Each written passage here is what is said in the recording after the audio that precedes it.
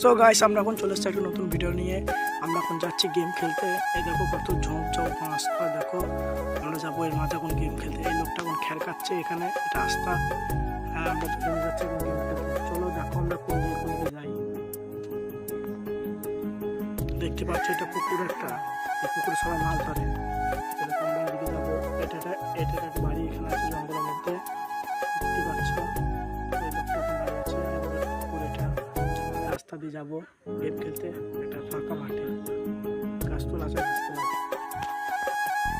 দেখো আমরা এখন যাচ্ছি কত ঝোপ জঙ্গল দিয়ে, তোমরা দেখো দেখো এখন এতে আমাদের যাচ্ছি গল্প গাছ চলে যাচ্ছে এখন বাগান।